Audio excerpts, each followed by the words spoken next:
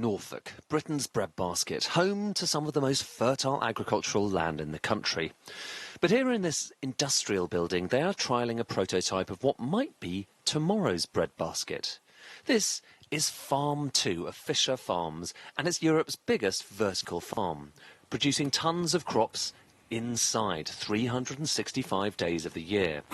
Okay, so now we're going to go to the next sort of airlock, and we're going to be washing our hands again. But getting inside is not straightforward.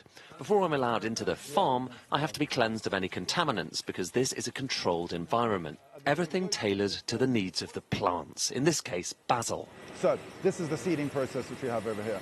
So the seed trays go from here, and then they get put onto these trolleys, and these trolleys then get transferred up into the germination zone up there.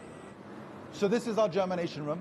When we visit, it's full of chive seeds, left to germinate in temperatures of around 26 degrees and 100% humidity. After a few days, they're ready for more intensive lights in the main growing tunnels. This is the beating heart of the vertical farm, 12 levels high, each bathed in bright LED lights, which also provide the heat. It's an incredibly efficient way of turning out lots of food. Right now it's basil, but the ambition is to grow much more than simple herbs.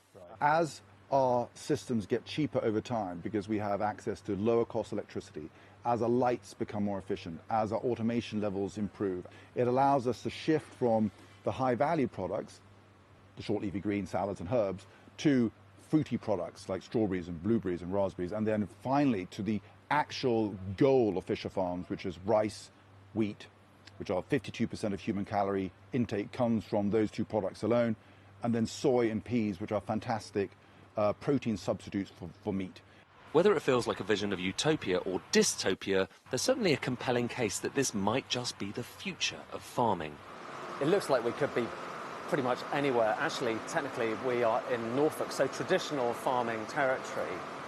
But that's kind of the point of vertical farming. It's about eliminating the outside world with all of its environmental problems, all of the climate, all of the pests, and creating the perfect area for plants to be growing. And while this may feel a world away from traditional farms, they hope soon here to be growing wheat.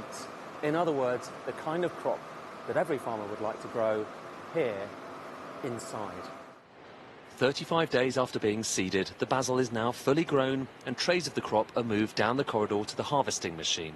The leaves are cut and ready to be packaged, and the seed trays are returned to the tunnels for more growing.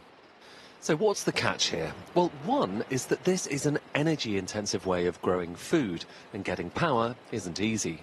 We have encountered, as we're looking at where we might go next for a large farm, we can't get a grid connection fast enough. So in some instances, grid connections are 2029, 2030 onwards to even get connected. So that is a really big inhibitor, potentially doing more here. The basil here is cost competitive with the stuff we import in from North Africa and the Mediterranean. And since you're wondering, yes, it tastes pretty good. If consumers like it, and the sums do indeed add up, this could be where we get much of our food from in the decades to come. Ed Conway, Sky News in Norwich.